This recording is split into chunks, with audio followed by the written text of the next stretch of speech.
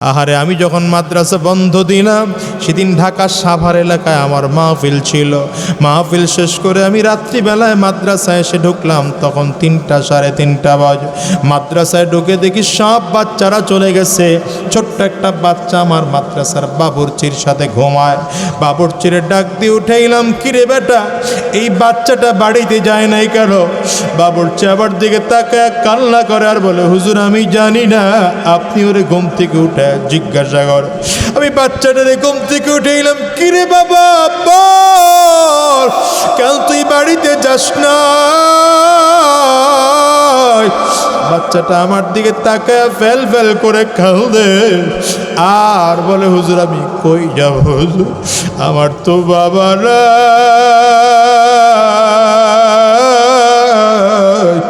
হুজুর আমার মা থাইকা আজকে নাই, আমি কার কাছে যাব, বাড়িতে যাব না। আমি বলি বেটা খুলে বল। বলে হুজুর আমার আব্বা অনেক আগে বিদায় হয়ে চলে গেছে। বাবা বিদায় নেওয়ার পরে মা আবার আরেক জায়গায় বিয়ে বসছে। ওই বাড়িতে গেলে আমার নতুন আব্বু আমারে মোটেও আদর করে না, আমারে ধমক দেয়, মার দেয়, আমারে মোটেও আদর করে না, ভালোবাসে না। আমি কিছু খাইতে চাইলে খাইতেও দেয় না। হুজুর আমি আর বাড়িতে যাব না, বাড়িতে যাব না। বাচ্চাটা পকেট থেকে 20 টাকার একটা নোট বের করে দেখায়, হুজুর এই 20টা টাকার নোট আমার কাছে আছে, যেই কয়দিন মাদ্রাসা বন্ধ আমি খানা কিনে কিনে খাবো। আমার বড় মায়া লাগলো, বাচ্চাটারে উঠাইয়া কোলের মধ্যে নিলাম। বললাম বাবারে কে বলছে তোর বাবা নাই? ইচ্ছা আমার দিকে তাকাইয়া দেখ আমি তোর বাবা। সেটা আমার দিকে তাকায় কান্না করে আর বলে, হুজুর আমি ভালো করে জানি আপনি আমার হুজুর, আপনি আমার উস্তাদ, আপনি আমার বাবা না। আরে দুনিয়ার মুসলমান ভালো করে বুঝো, ভালো করে বুঝো, এই দুনিয়ায় কেউ থাকতে পারে নাই, তুমি আর আমিও পারবো না।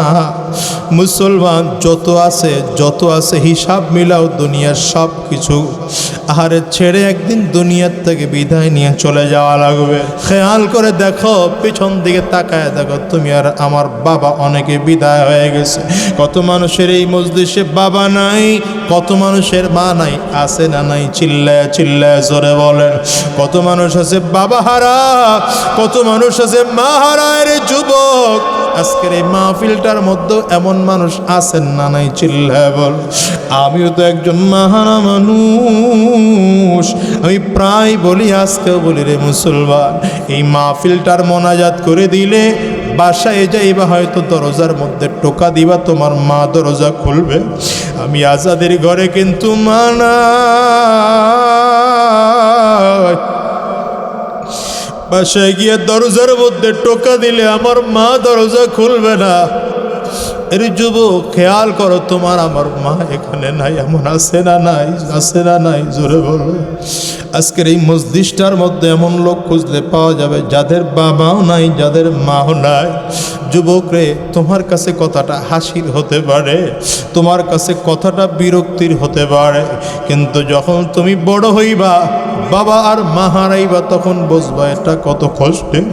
আজকে তো আমার কাছে মনে হয় লক্ষ কোটি টাকার যদি দরকার হতো, আর লক্ষ কোটি টাকার বিনিময়ে যদি মাকে ফিরে পাওয়া যাইত, আমার কাছে মনে হয় আমি আমার টাকার চেয়ে মাকে ফিরে নেওয়ার চিন্তা করতাম বেশি।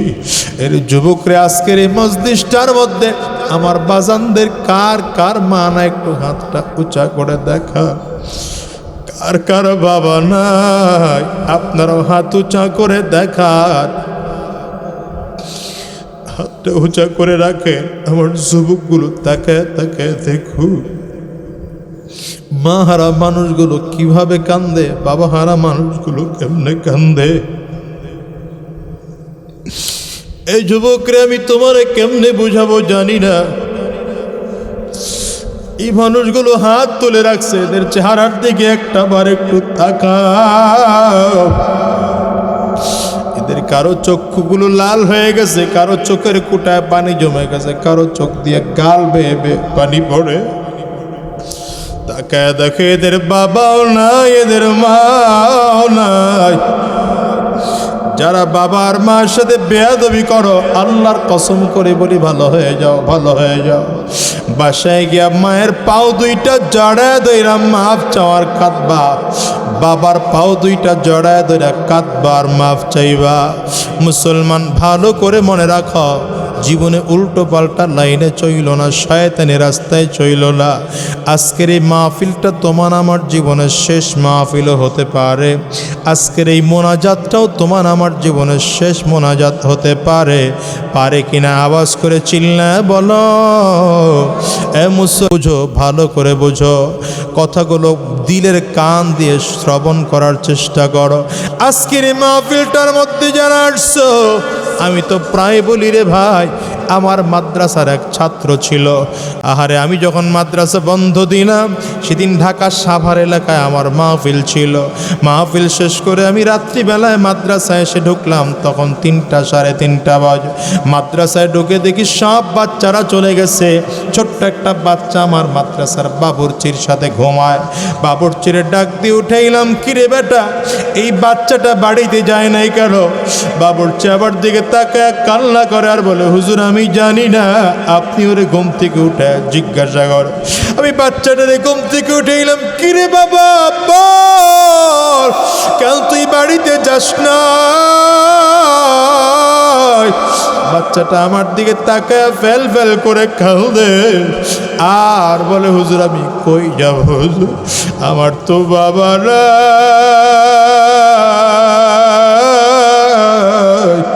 হুজুর আমার মা থাইকা আজকে নাই, আমি কার কাছে যাব? বাড়িতে যাব না। আমি বলি, বেটা খুলে বল। বলে, হুজুর আমার আব্বা অনেক আগে বিদায় হয়ে চলে গেছে। বাবা বিদায় নেওয়ার পরে মা আবার আরেক জায়গায় বিয়ে বসছে।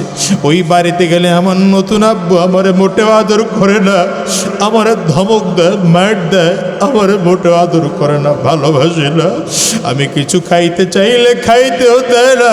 হুজুর আমি আর বাড়িতে যাব না, বাড়িতে যাব না। বাচ্চাটা পকেট থেকে 20 টাকার একটা নোট বের করে দেখায়, হুজুর এই 20টা টাকার নোট আমার কাছে আছে, যেই কয়দিন মাদ্রাসা বন্ধ আমি খানা কিনে কিনে খাবো। আমার বড় মায়া লাগলো, বাচ্চাটারে উঠাইয়া কোলের মধ্যে নিলাম। বললাম, বাবারে কে বলছে তোর বাবা নাই? ইচ্ছা আমার দিকে তাকাইয়া দেখ, আমি তোর বাবা। সেটা আমার দিকে তাকায় কান্না করে আর বলে, হুজুর আমি ভালো করে জানি আপনি আমার হুজুর, আপনি আমার উস্তাদ, আপনি আমার বাবা না। আরে দুনিয়ার মুসলমান ভালো করে বুঝো, ভালো করে বুঝো, এই দুনিয়ায় কেউ থাকতে পারে নাই, তুমি আর আমিও পারবো না। মুসলমান যত আছে হিসাব মিলাও দুনিয়ার সব কিছু। আহারে ছেড়ে একদিন দুনিয়ার থেকে বিদায় নিয়ে চলে যাওয়া লাগবে। মৃত্যুর সময় কবরে নিয়ে কি যাইবা, কি নিয়ে কবরে যাইবা, কখনো কি হিসাব মিলাইছো? এরে মুসলমান, কবর দেখলে সাহাবায়ে কেরাম চোখের পানিগুলো ছেড়ে ছেড়ে কান্না করতে। হযরত ওমর তো কান্না এত করতে, কান্না করতে করতে গালের মধ্যে কালো দাগ হয়ে গেছে। সাহাবায়ে কেরাম বলেন, পয়গম্বরের সাহাবী, গালের মধ্যে ঔষধ লাগাইলে গালের কালো দাগটা ভালো হয়ে যাবে। পয়গম্বরের সাহাবী হযরত ওমর কয়, ভাই আমিও জানি, কিন্তু আমি ঔষধ লাগাবো না, এমন দাগ দিয়ে মালিকের সামনে দাঁড়াইব। কিয়ামতের ময়দানে আমার মালিক যদি বলে, রে আমার আল্লাহ,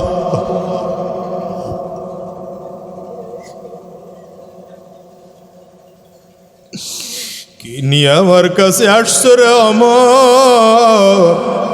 আমি সেদিন মালিকের কাছে কোনো জবাব দিতে পারবো না, শুধু মালিকরে বলবো, তোমার ভয়েতে কানতে কানতে জাহান্নামের ভয়, কানতে কানতে গালের মধ্যে কালো দাগ পড়াইয়া নিয়ে আসছি। হযরত আলী রাদিয়াল্লাহু আনহু এত কানতেন, সাহাবায়ে কেরাম বলেন কান্নাহু তাল্লুন, মনে হয় যেন হালকা হালকা বৃষ্টি পড়তেছে। এ দুনিয়ার মুসলমান, তোমাদেরকে কেমনে বোঝাবো আমি জানি না। ভালো করে বুঝো, ভালো করে বুঝো। এই দুনিয়াটা চিরজীবনের না, দুনিয়াটা চিরজীবনের না। আজ আসি আগামীকালকে থাকবো এমন কোনো গ্যারান্টি নাই। এ মুসলমান, এই জন্য আজকের এই মাহফিলটাকে জীবনের শেষ মাহফিল মনে কইরা, আজকের এই মোনাজাতটাকে জীবনের শেষ মোনাজাত মনে কইরা, আজকের এই রাত জীবনের শেষ রাত মনে করে মালিকের কাছে ওয়াদা করে যাও, যতদিন আল্লাহর এই জমিনে বেঁচে থাকব একটা ওয়াক্ত নামাজ আমরা ছাড়বো না, মালিকের হুকুম ছাড়া একটা কদম নাড়াবো না। কারা কারা তৈয়ার আছো? দুই হাত তুলে আমার আল্লাহরে দেখাও, আওয়াজ দিয়ে জোরে একটু ডাক দাও আল্লাহ। চোখে যদি পানি না আসে তারপরও কান্নার ভান ধরে ডাক দাও আল্লাহ, আরো জোরে আল্লাহ। আরে অনেকের বাবা নাই, মা নাই, আব্বা আম্মার কথা স্মরণ করে কান্দরে যুবক।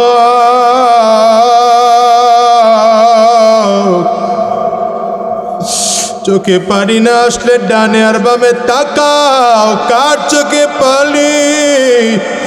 ওই মানুষটার দিকে তাকাইয়া নিজের নিজে ধিক্কার মারো আর কান্দাও। আর মনে মনে চিন্তা করো, দুনিয়ায় কেউ চিরজীবন থাকতে পারবে না, তুমি আর আমিও থাকতে পারবো না। আরে দুনিয়ার ঘরে আগুন লাগলে যেমন পানি ছাড়া নিবানো যায় না, ওই অন্ধকার কবরে যে জাহান্নামের আগুন, ওটাও কিন্তু চোখের পানি ছাড়া নিবানো যাবে না, চোখের পানি ছাড়া নিবানো যাবে না। একটু আওয়াজ দিয়ে কান্না করে চিল্লায়া জোরে ডাক দাও আল্লাহ। ও দয়ারু মালিক,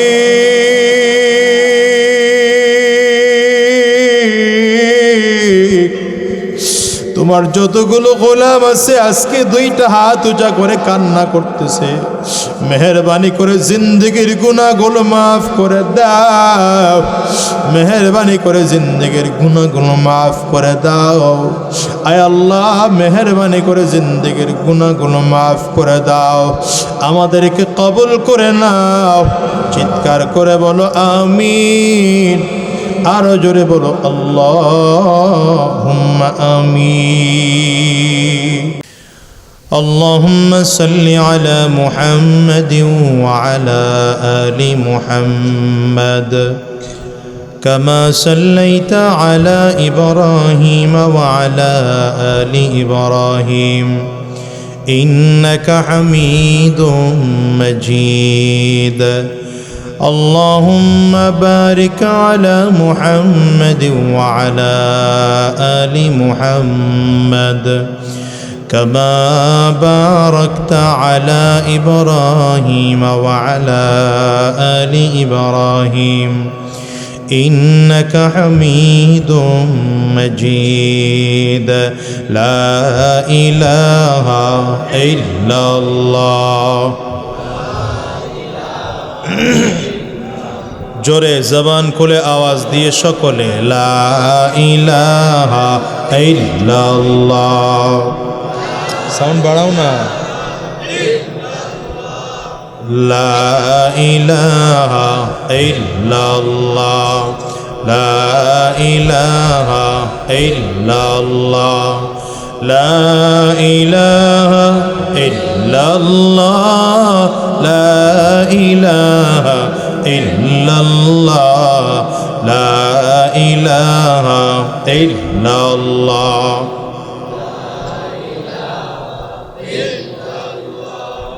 লা ইলাহা ইল্লাল্লাহ, লা ইলাহা ইল্লাল্লাহ মুহাম্মাদুর রাসূলুল্লাহ।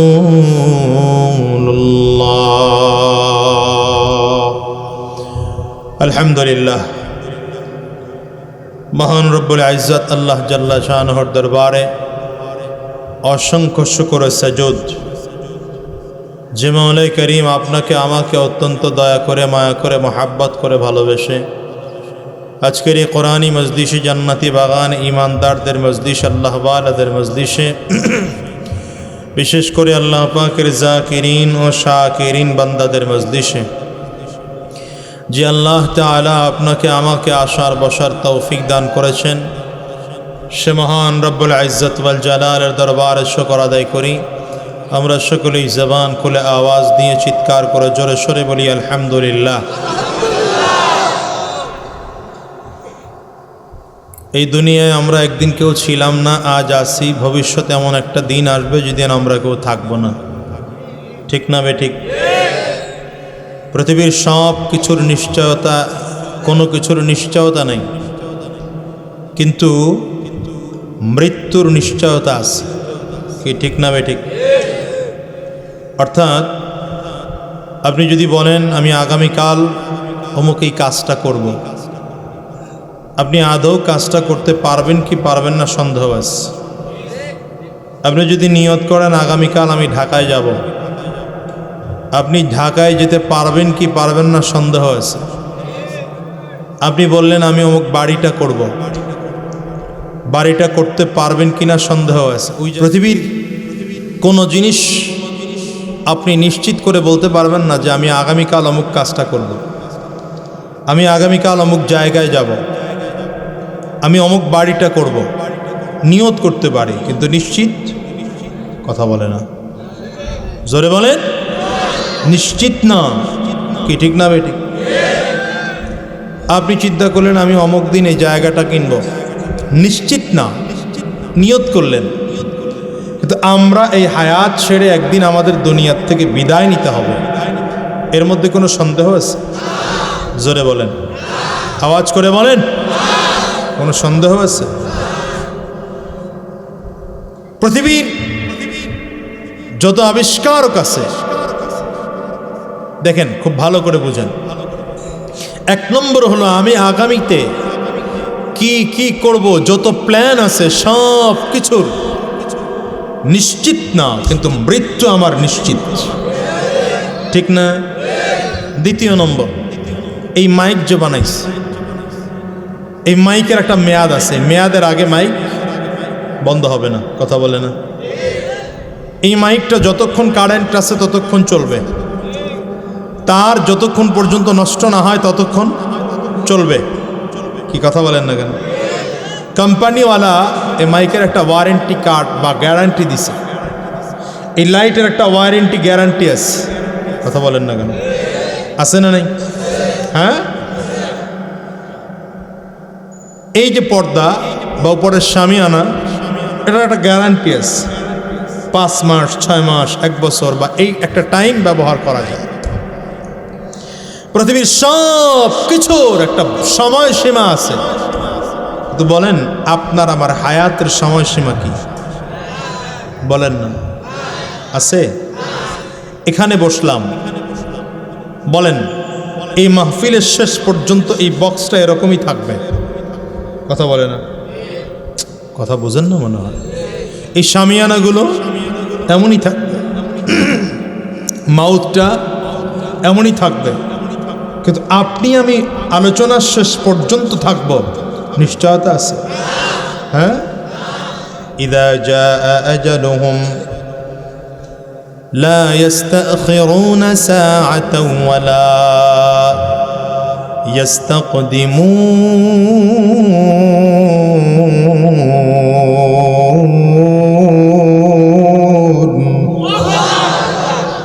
আল্লাহ তাআলা বলেন, দুনিয়ার মুসলমান, তোমার সামনে মৃত্যু আছে, প্রতিটা জীবনকে মরণ লাগবে, প্রতিটা জীবনকে মৃত্যুর স্বাদ গ্রহণ করা লাগবে। কোন প্রাণ কখন মৃত্যুর স্বাদ গ্রহণ করবে কেউ জানে না, কেউ জানে না, কেউ জানে না। পৃথিবীর সব কিছুর গ্যারান্টি আছে, মানুষ দুনিয়া বেঁচে থাকার কোনো গ্যারান্টি নাই। ফ্রিজ বানায়, ফ্রিজের কোম্পানি 1 বছর 5 বছরের গ্যারান্টি দিছে, ওয়ারেন্টি দিছে। লাইট বানায়া লাইটের কোম্পানি 5 বছরের গ্যারান্টি ওয়ারেন্টি দিছে। এ মাইক বানায়া মাইকওয়ালা 5 বছরের গ্যারান্টি ওয়ারেন্টি দিছে। আমার আল্লাহ তাআলা মানুষ বানায়া এক মুহূর্তের কোনো গ্যারান্টি দেয় না, বরঞ্চ দুনিয়া আসার সিরিয়াল আছে, যাওয়ার সিরিয়াল না। আগে আসার সময় আগে দাদা আসে, তারপরে বাবা আসে, তারপরে সন্তান আসে। কিন্তু যাওয়ার সময় এমন হয়, দাদা দুনিয়ায় থাকে, নাতি দুনিয়ার থেকে বিদায় হয়। বাবা দুনিয়ায় থাকে, সন্তান দুনিয়ার থেকে বিদায় হয়। এমন হয় কি হয় না? চিল্লায় বলো। আপনি আর আমি পরিকল্পনা করলাম, বাড়ি করব, গাড়ি করব, টাকা করব, পয়সা করব, কোটি কোটি টাকার মালিক হব, লক্ষ লক্ষ টাকার মালিক হব, এত বড় বাড়ি থাকবে আমার, এতগুলো গাড়ি থাকবে আমার। আছে না পরিকল্পনা? কত কল্পনা জল্পনা হয়, দেখবেন সব কল্পনা জল্পনা জায়গায় পড়ে থাকে। আজরাইল সামনে এসে দাঁড়ায় যায়, আল্লাহর বান্দা হঠাৎ করে লাশ হয়ে জমিনের মধ্যে পড়ে থাকে। আছে না না?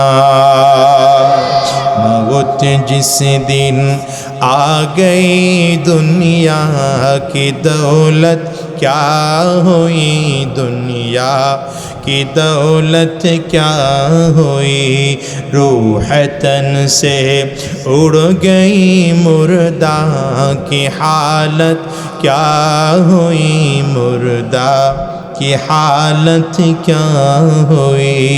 मौत जिस दिन आ गई दुनिया की दौलत क्या हुई, दुनिया की दौलत क्या हुई, रूह तन से उड़ गई मुर्दा की हालत क्या हुई, मुर्दा की हालत क्या हुई। कैसे कैसे बादशाह रानिया शाहज़ादियाँ,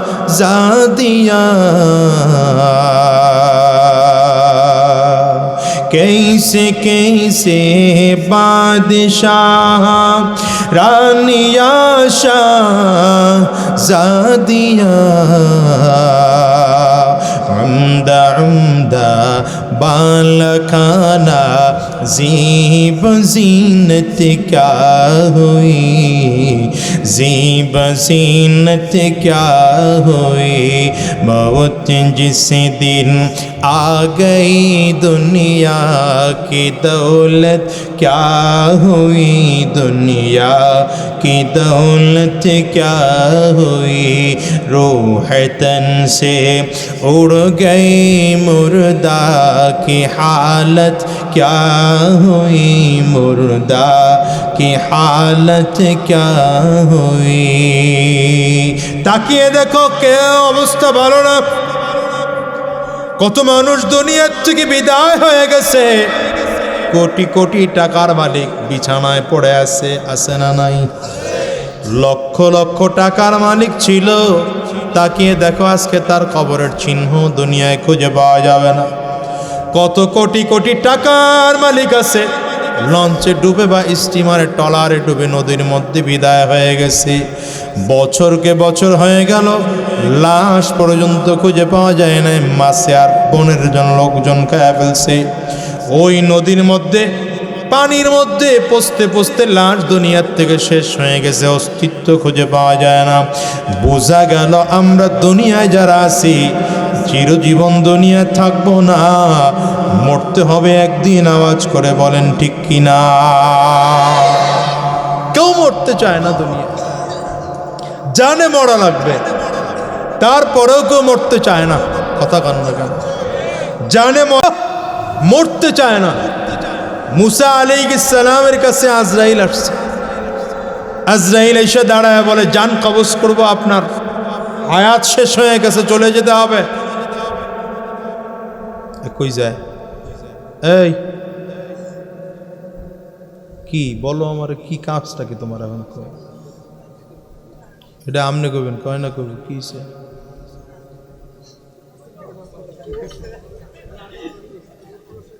বেশি ঝামেলা, বেশি সিরিয়াস? উঠো না। তোমরা তো হাসি তামাশা মনে করো মাহফিলগুলো এখন হাসি তামাশার জায়গা হয়ে গেছে। বড় আজীব লাগে, যেই বক্তা যত বেশি হাসাইতে পারে মাহফিলগুলো তত মানে তার কি বলে জনপ্রিয়তা তত বেশি। অথচ একটা সময় মাহফিলগুলো ছিল দিন শিখার মূল মারকাজ, মূল জায়গা। আমরা বাঙালি জাতি শুধু সময় নষ্ট করি। এখানে বসছেন, এই সময়টুকুর মূল্য আছে না নাই? এই সময়টুকু কিচ্ছু না করেন, ঘুমাইলেও কাজে লাগতো। কি কথা বলেন না কেন? আর আপনি আসছেন কেন? ব্যাস একজন হুজুর আইলো, একটু কথা শুনলাম, মন চাইলে শুনবো, না মন চাইলে যাবো। আর অধিকাংশ মানুষের চেহারার মধ্যে এমন একটা ভাব, বিশেষ করে যুবক যারা, এদের মাহফিলের মধ্যে মনোযোগ আনা যে কত কষ্টের। পৃথিবীতে আমার মনে হয় না যে এর চেয়ে কষ্টের কোনো কাজ আছে। এই জন্য যতগুলো যুবক আছো আমি তোমাকে বলছি, তামাশার জন্য নিও না, জীবনটাকে তামাশা বানায় ফেলে না। তোমার মতো যুবক মরতে টাইম লাগে না। তাকায় দেখো না, ডানে বামে তাকায় দেখো না, কত যুবক মারা গেছে। তাকায় দেখো না, হিসাব করো না। আমি তোমাকে আমার মতো মাথায় টুপি দিয়ে দাড়ি রেখা লম্বা জুব্বা পরে একদম 24 ঘন্টা পাগড়ি বাঁধতে চলতে বলি না, দরকার নেই। এটা তুমি পারবাও না। কিন্তু আমার কথা হচ্ছে তুমি মানুষের মতো মানুষ হও। কথা বলেন না কেন? তুমি বাবার গর্বিত সন্তান হও, মায়ের গর্বিত সন্তান হও। তোমাকে দেখলে যেন মানুষ খারাপ কথা বলতে না পারে, কটু কথা বলতে না পারে। এ কথা যেন না বলে তোমার বাবার নাম নিয়ে যে অমুকের ছেলেটা ভালো হয় নাই, বদমাশ হইছে, খারাপ হইছে। তোমার আচরণও যেন এটা প্রকাশ না পায়। আজকের মনুষ্যত্বের শিক্ষা কোথাও নাই। পৃথিবীর যত জায়গায় যাবেন কোথাও মনুষ্যত্বের শিক্ষা নেই। প্রাথমিক বিদ্যালয় বলেন, মাধ্যমিক বিদ্যালয় বলেন, উচ্চ মাধ্যমিক বিদ্যালয় বলেন, কলেজ, ইউনিভার্সিটি, একটা জায়গাতেও মনুষ্যত্বের শিক্ষা নাই। মনুষ্যত্বের শিক্ষা বুঝেন? হ্যাঁ, একটা ছেলে মাস্টার্স পাস করছে, এত বড় শিক্ষিত, এমএ পাস করার পরেও আপনি দেখবেন সে ভদ্র না, সে নম্র না, সভ্য না, তার কথা বলার মধ্যে অ্যাটিটিউড ভালো না। কেন? সে অনেক শিক্ষিত হয়েছে, ঠিক আছে, ভদ্রতা শিখে নেই। ডাক্তার, একজন ডাক্তার, এমবিবিএস ডাক্তার, এত বড় ডাক্তার হওয়ার পরে রোগীর দেখা কসাইয়ের মতো কাজ করে। আছে না নাই? অপারেশন থিয়েটারের মধ্যে ঢুকায়া বলছিল আগে 1.5 লাখ টাকা হলেই অপারেশন কমপ্লিট। অপারেশন থিয়েটারের মধ্যে ঢুকিয়ে রোগী অপারেশন করা অবস্থায় গার্জিয়ানকে বলছে এই মুহূর্তে আরো 1 লাখ টাকা লাগবে, পারলে বলেন, না পারলে অবস্থায় আমরা বাদ দিয়ে দেব। ডাকাত এগুলো, কথা বলেন না কেন? ডাকাত, ডাক্তার না, ডাকাত। কেন ডাক্তারের কাজ কেন করছে বলেন তো? এই যুবকরা কথা বলে আমার সাথে, ডাক্তার এই কাজ কেন করছে? ও ডাক্তার হয়েছে ঠিক আছে, কিন্তু মনুষ্যত্ব ঢুকে নেওয়ার মধ্যে। আপনি একজন ইঞ্জিনিয়ারকে দেখেন, সে ইঞ্জিনিয়ার একটা ডিজাইন করে দেবে বিল্ডিং এ, ব্যাস ওই ডিজাইনটা বা ইঞ্জিনিয়ারের কাজের মধ্যে একটু ফাঁক যোগ করে দিলে লক্ষ লক্ষ টাকা তার কাছে আসবে। ব্যাস সেই কাজ করে লক্ষ কোটি টাকা কামায় নিতেছে। ওর কাজ ছিল কি? ইঞ্জিনিয়ারের কাজ ছিল সে এমন সুন্দর করে প্ল্যানিং করবে এই বিল্ডিংটা যেন 100-150 বছর অসুবিধা না হয়। আমরা কি দেখি? এই ইঞ্জিনিয়ার এমন ডিজাইন করে দিছে 20 বছর পরে বিল্ডিং ধসে যায়, পড়ে যায়, রডের পরিবর্তে বাঁশ দেওয়া হয়। কথা বলেন না কেন? সব শিখছে, ইঞ্জিনিয়ার হয়েছে, মনুষ্যত্বের শিক্ষা পায়নি, মানুষ হতে পারে না। কি কথা বলেন না কেন? আমরা কি দেখি? অ্যাডভোকেট সাহেবের কাজ কি? মানুষকে আইনের সহযোগিতা করা, আইন দিয়ে সহায়তা করা। অ্যাডভোকেট সাহেব কি করছেন? রোগী পাইলে মনে হয় যেন বিশাল বড় একটা মুরগি পাইলাম। কথা বুঝতেছেন না? মনে হয় আপনাদের নোয়াখালীতে এটা হয় না বোধহয়। হ্যাঁ, রোগী পাইলেও তো টাকা পাইলাম আর কি। এবার এরে 5 বার 10 বার 20 বার কোর্টের বারান্দায় ঘোরায়া যত টাকা নেওয়া যায় এই ধান্দাই থাকে অ্যাডভোকেটের। তাহলে এটা অ্যাডভোকেট হইছে ঠিকই আছে, কিন্তু মানুষ হয় নাই, মনুষ্যত্বের শিক্ষা পায় না। কথা বলেন না? কথা বলেন না? আপনি দেখেন, আমার কথার সাথে আমি বাস্তবতা মিলান না থাকলে আপনি আমাকে না বলে দেন যে হুজুর মিথ্যা কথা বলেন। হ্যাঁ, আপনি দেখেন একজন থানার ওসি,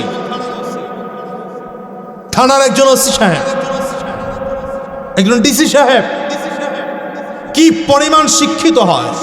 কথা বলেন না? হ্যাঁ, 2-4 জন ভালো আছে, ভালো না থাকলে দেশ থাকে না। কি কথা বলেন না? কিন্তু আমি অধিকাংশের কথা বলছি। একজন পুলিশের চাকরি নিতে গেলে তার শিক্ষাগত যোগ্যতা লাগে না? আবার উঠছে কেন? এই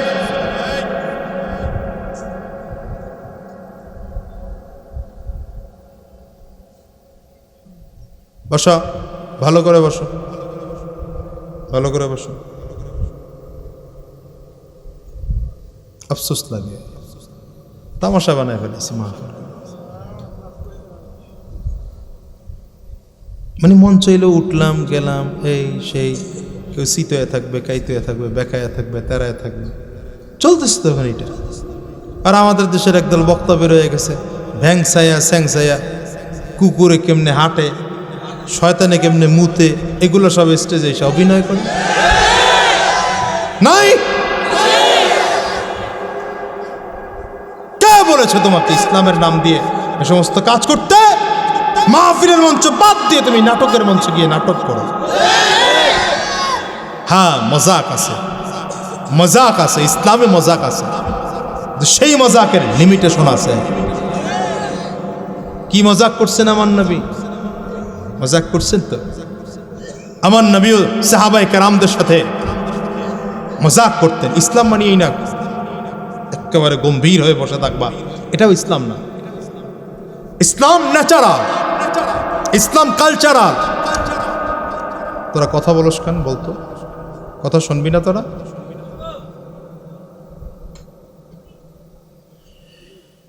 ইসলাম ন্যাচারাল, কিন্তু আমরা এটাকে বানায় ফেলাইছি। একদল তো আছি যারা একটু বেশি ধার্মিক, এরা একেবারে অতিরিক্ত মাথায় পাগড়ি জুব্বা লাগায়া টাগায়া, বাস এরা আর দুনিয়ার কোনো খোঁজ খবর নাই। সারা বছর শয়তানি বদমাশি কইরা জীবনের শেষ বয়সে রিটায়ার্ড প্রাপ্ত বুড়া যখন হয়েছে, রাগ করেন না, 2-1 থাকতে পারেন এখানে, খালি মসজিদ আর ঘর, আর কোনো খবর নেই। আর তাকায় ইমাম সাহেবের ভুল কি, মুয়াজ্জিন সাহেবের ভুল কি। এ হলো একদল। আরেক দল হলো ইসলাম গোল্লায় যাক, আমি আমার মতো শুনতেছি। 2 দলের একটা দলও ঠিক নেই। এই 2 দলের একটা দলও ঠিক নেই। এটা ইসলাম না। ইসলাম নবীর কাছ থেকে শিখো, আমার নবীর কাছ থেকে শিখো। আমার নবী ইসলাম শিখিয়েছেন। নবী যেমন ছিলেন আদর্শবান বাবা, আদর্শবান শ্বশুর, আদর্শবান স্বামী, আদর্শবান জামাই। কি কথা বলেন না কেন? আদর্শবান অভিভাবক, আদর্শবান বন্ধু, আদর্শবান নেতা, আদর্শবান রাজনীতিবিদ, আদর্শবান প্রেসিডেন্ট। আমার নবীর কাছ থেকে শিখো, আমার নবীর সাহাবায়ে কেরামদের কাছ থেকে শিখো। স্মার্টনেস কাকে বলে নবীর কাছ থেকে শিখো। আধুনিকতা কাকে বলে আমার নবীর কাছ থেকে শিখো। স্টাইল কাকে বলে আমার নবীর কাছ থেকে শিখো। নবীজির প্রতিটি চলা, প্রতিটি কথা, প্রতিটি আচরণ, প্রতি চাহনি এই সমাজের জন্য প্রত্যেকটা বিষয়গুলো এক একটা অনুসরণীয় আমার নবীজির প্রতিটা পদক্ষেপ। লাকাদ কানা লাকুম ফি রাসূলিল্লাহি উসওয়াতুন হাসানা, আমার আল্লাহ বলেন তোমাদের জন্য রয়েছে নবীজির মধ্যে গ্রহণ করার মতো উত্তম আদর্শ।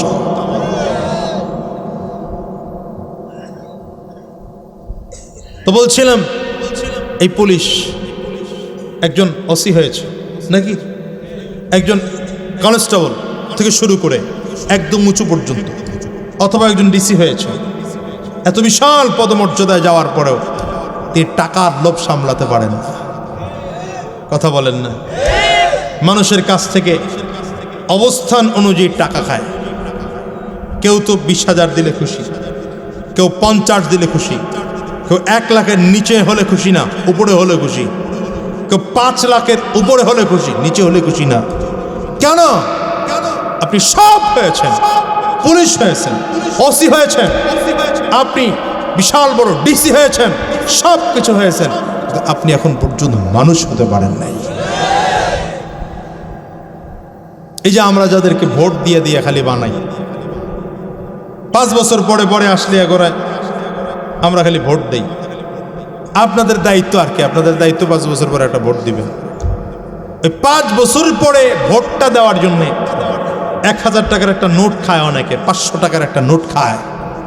এই কপাল পড়া জাতি বুঝে না যে 1000 টাকার নোটটা খাইয়া অসৎ ব্যক্তিকে ভোট দিয়া 5 বছরের জন্য 50 লক্ষ টাকার ক্ষতি করলাম এই 100 টাকার নোট খাইয়া। কেন? আপনি যেই নেতাকে নির্বাচন করছেন 1000 টাকায়, 500 টাকায়, তার কাছে আপনি যাবেন কি করে যে সৎভাবে চালাও? আপনি নিজেই তো সৎ না। ঠিক জোরে বলবেন, যারা ভোটার জোরে বলবেন ঠিক না বেঠিক? আপনি নিজেই তো সঠিক না। আপনি 1000 টাকার নোট খেয়ে ভোট দিয়েছেন, 500 টাকার নোট খেয়ে ভোট দিয়েছেন। আপনি কেমনে নেতার কাছে গিয়ে বলবেন এই বেটা সঠিক করে চলা? আমি তো এই জন্য আমার এলাকার লোকজনকে বলি যে আমার এলাকার লোকের অধিকার আছে আমাকে বলার। আমাকে যে ইউনিয়নের লোকজন আমাকে চেয়ারম্যান হিসেবে দায়িত্ব দিয়েছে, তাদের এই কথা বলার অধিকার আছে যে আপনি সঠিক করে চালান। কারণ আমার হাত থেকে কোন ভোটার, আমি ব্যক্তিগতভাবে বা আমার মাধ্যমে কেউ কোনো ভোটারকে 1 টাকা দেয় নেই ভোটের কারণে। এমনিতেই তারা দিচ্ছে, তাদের ভালো লাগছে, তারা চাইছে একজন ভালো মানুষ আসুক।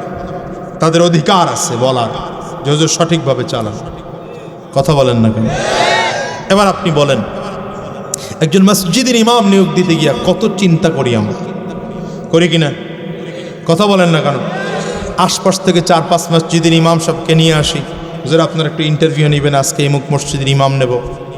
এরপরে তাকে দেখি আমরা, তার চলাফেরা কেমন, তার উঠা বসা কেমন, তার কথাবার্তা কেমন, তার লেনদেন কেমন। হুজুর দোকানে চা খাইছে এটা নিয়ে সমালোচনা, হুজুর মোবাইল চালায় এটা নিয়ে সমালোচনা, হুজুরের হাতে স্মার্টফোন এটা নিয়ে অসুবিধা। কথা বলেন না কেন? হুজুর সাইকেল চালায় এজন্য চাকরি যায়, হুজুর হুন্ডা চালায় এজন্য চাকরি যায়, হুজুর আরেক বাসায় গিয়ে ভাত খায় এজন্য চাকরি যায়। আছে না নাই? একজন ইমাম, মসজিদের ইমাম নিয়োগ দিতে গিয়া আপনি এত চিন্তা আর ফিকির আর এত কিছু যাচাই বাছাই করেন, যাকে আপনি জাতীয় ইমাম বানাবেন। জাতীয় ইমাম, জনপ্রতিনিধি জাতীয় ইমাম, মেম্বার জাতীয় ইমাম, চেয়ারম্যান জাতীয় ইমাম বানিয়েছেন, এমপি জাতীয় ইমাম বানিয়েছেন। আপনি বানাইছেন সমাজের সবচেয়ে বড় সোটটারে মেম্বার চেয়ারম্যান বানাইতে হয়েছে। হ্যাঁ, সবচেয়ে বড় খারাপ ব্যক্তিটাকে আপনি এই জায়গায় বানায়া, এরপরে আপনি কোন শান্তি চাই, শান্তি চাই, শান্তি চাই। আল্লাহর কসম জীবনে কোনোদিন শান্তি আসবে না, চুরিও বন্ধ হবে না। কথা বলেন না কেন? হ্যাঁ, আমাদের অবস্থা হলো কি জানেন?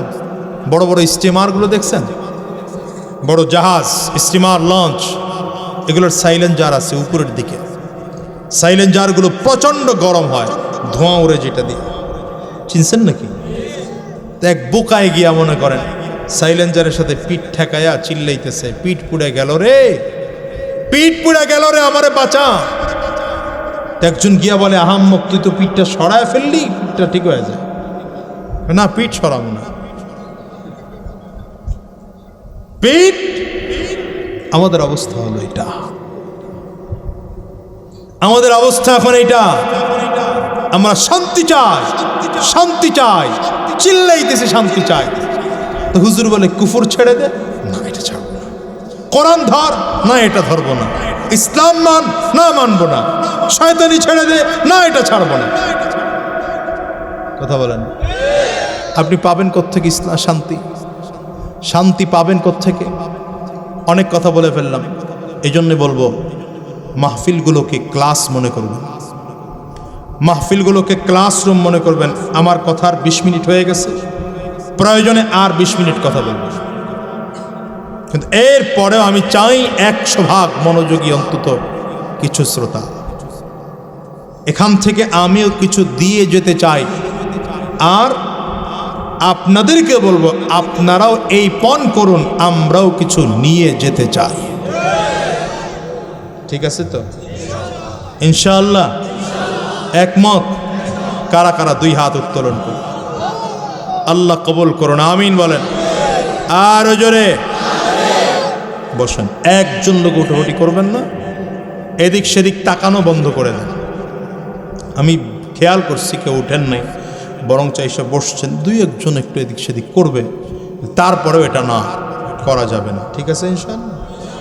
নাই পাওয়ার নাই, ইনশাআল্লাহ গেছে পাওয়ার শেষে। সবাই বলে নাই তো? জোরে বলেন ইনশাআল্লাহ। আল্লাহ কবুল করুন, আমিন বলেন। আরো জোরে বলেন, চিল্লে বলেন। আসলে ওই 3 ভাই দাঁড়ায় রয়েছে, এরা বসার জায়গা পায় না, জায়গা করে দেন বসে। হ্যাঁ এই তো মাশাআল্লাহ, বুঝতে পারেন। ওই যে আরেকজন দাঁড়ায় রয়েছে, উনি একজন দেখেন না, একটু জায়গা দেন না ওনারা, একটু বয়েন।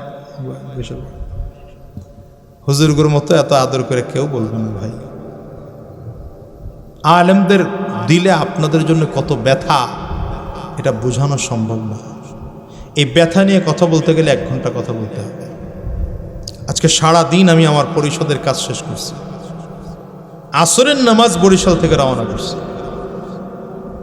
আসরের নামাজের যখন আজান দেয়, আসরের সময় বরিশাল বসে নামাজ পড়ছি, আসরের নামাজ পড়ে রওনা করছি। ভোলা ঈশা মাগরিব পড়ছি, ভোলা থেকে আপনাদের এপাড়া এসে এসব নিয়ে, এরপরে আরেক প্রোগ্রাম শেষ করে এখানে আসা লাগছে। রাতে ঢাকায় চলে যেতে হবে, আগামীকাল জুমা, জুমার পরে আবার 3 প্রোগ্রাম চলতেছে। বলবেন টাকার জন্য, কসম আল্লাহ টাকার জন্য না। টাকার জন্য হলে আমাকে বরিশাল থেকে এখানে আসতে হয় না। আপনাদের চেয়ে বড় বড় প্রোগ্রাম করার হাজার হাজার টাকা বেশি দেওয়ার লোক আমার জন্য ঢাকায় আছে, বরিশালে আছে, আমার ওই অঞ্চলে আছে। আপনাদের জন্য এত দূর নোয়াখালী আসা লাগে না। আসছি কেন?